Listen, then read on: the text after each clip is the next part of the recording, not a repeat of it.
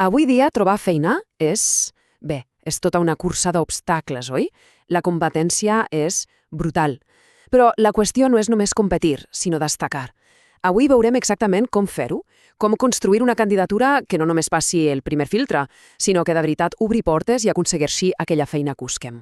Llavors, la gran pregunta és aquesta. Com ho fem per destacar, quan saps que hi ha literalment centenars de persones aplicant a la mateixa oferta? Què fa que es fixin en una candidatura i no en una altra? Doncs us avanço que la resposta va molt més enllà de tenir un bon currículum. La clau, de veritat, és saber vendre's, però vendre's bé, de manera estratègica i des del minut zero. I per començar, una dada que sincerament ho canvia tot. Un 75%. Què és aquest 75%? Doncs és el percentatge de reclutadors que abans de res busquen els candidats a Google. Sí, a Google. Això vol dir que el procés de selecció comença molt abans que ningú enviï el CV. La nostra empremta digital, allò que surt quan posen el nostre nom al cercador, és de fet la primera entrevista, i és una que ni tan sols sabem que estem fent. Molt bé, doncs per anar pas a pas, aquí tenim el nostre full de ruta. Primer veurem com funciona la cerca de feina avui dia. Després parlarem de construir la marca personal. Seguirem amb l'eina clau, el currículum.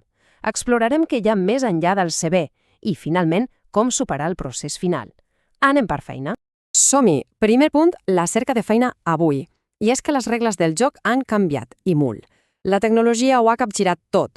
Entendre com funciona ara és el primer pas absolutament essencial per poder-hi jugar amb avantatge. Atenció, perquè el primer filtre, el primer obstacle que ha de superar un CV, ja no és una persona, és un algoritme. La gran majoria d'empreses fan servir el que s'anomena un sistema de seguiment de candidats, o ATS per les seves sigles en anglès. Bàsicament, un programa informàtic que llegeix, escaneja i filtra els currículums abans que cap humà els vegui. O sigui que sí, el primer entrevistador és un robot. Llavors, com es guanya aquest robot? Com passem aquest filtre? Doncs la resposta és, en realitat, bastant senzilla, amb paraules clau. L'algoritme no entén de matisos, busca paraules. Termes concrets que apareixen a la descripció de l'oferta de feina. Així que el truc és claríssim, cal adaptar cada CV cada vegada i incloure-hi aquestes paraules clau de manera natural. És l'única manera de garantir que la nostra candidatura arribi a mans d'una persona. D'acord, ja sabem a què ens enfrontem. Ara, el segon pas, construir la nostra marca. I això és una feina que comença molt abans d'enviar cap currículum. Se tracta de crear una imatge professional potent i coherent. Però què és això de la marca personal? A veure, dit de manera senzilla, és la nostra empremta professional. És allò que ens fa únics. Aquella combinació d'habilitats, de coneixements, d'experiències que ens fa diferents de la resta. En resum, és la història que expliquem sobre la nostra carrera. I aquesta història, aquesta marca, s'ha de projectar a tot arreu. I quan dic a tot arreu, vull dir que ha de ser consistent. El que diem a LinkedIn ha de quadrar amb el que potser compartim en un blog o fins i tot en altres xarxes com X o Instagram, si les fem servir professionalment. El missatge ha de ser el mateix a tot arreu, coherent, clar i sobretot professional. Molt bé, anem al gra. Pas número 3, el currículum. Aquesta és l'eina estrella, el document que ho pot canviar tot. És la clau, literalment, que pot obrir la porta a la següent gran oportunitat. Perquè un CV funcione, ha de tenir 3 coses, 3 pilars bàsics. Primer de tot, la presentació. Ha de ser neta, clara, professional, que entri pels ulls. Segon, el contingut, que sigui rellevant per a l'oferta, honest i que vagi al gra. I tercer, la redacció. Això és clau, impecable, sense faltes, directa i concisa, fàcil de llegir. I aquí ve un dels errors més comuns, les frases buides. Allò de «soc una persona treballadora i responsable». Sona bé, però no diu res. La regla d'or és «demostra, no expliquis». En lloc de dir que ets responsable, posa un exemple. Per exemple, vaig gestionar un equip de 5 persones i vam augmentar la productivitat un 15%. Veieu la diferència? Les xifres, els fets, això és el que impacta i demostra el valor real. I quin format triem? Bàsicament, hi ha 2 grans opcions. El més típic és el cronològic invers, on poses l'última feina al principi. Aquest va genial si la trajectòria ha estat més o menys lineal, una feina darrere l'altra. Però què passa si no és el cas? Doncs hi ha el CV funcional. Aquest s'enfoca en les habilitats, agrupant l'experiència per competències. És perfecte per canvis de carrera o si es vol destacar habilitats específiques per sobre de la cronologia.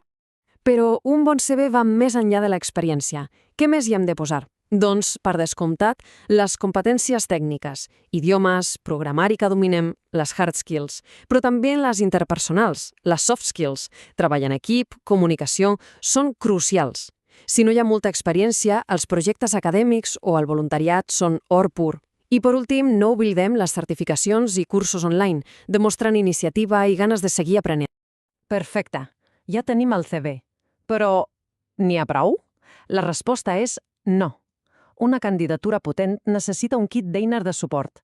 Anem a veure quines són. La primera eina, i potser la més important, és la carta de presentació. I ull, no és un simple resum del CV. No, és l'oportunitat de connectar els punts, d'explicar per què volem treballar en aquella empresa i què hi podem aportar. És on demostrem que hem fet els deures i que el nostre interès és real. Pot ser el que marqui la diferència. I com s'escriu una bona carta? L'estructura és bastant directa. Comencem amb una introducció on diem a quina oferta apliquem, després la part important, el cos. Aquí és on expliquem com les nostres habilitats encaixen perfectament amb el que busquen. I acabem amb una crida a l'acció, bàsicament demanant una entrevista i un comiat professional, senzill i efectiu. I una altra eina clau sobretot als sectors creatius o tècnics, ensenyar la feina feta. Les paraules estan molt bé, però veure el resultat és molt més potent.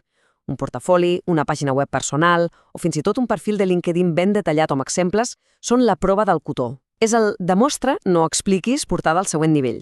Molt bé, hem passat el filtre de l'algoritme, el nostre CV ha agradat, la carta ha convençut, i ara què? Doncs ara ve la part final, el moment de la veritat, les proves i l'entrevista cara a cara. Les empreses volen assegurar-se que trien bé, així que cal estar preparat per a tot tipus de proves. Poden ser tests psicotècnics per avaluar aptituds, proves de competències per veure si dominem la part tècnica, dinàmiques de grup i fins i tot anàlisis fetes amb intel·ligència artificial. El ventall és ampli. Anem a l'entrevista.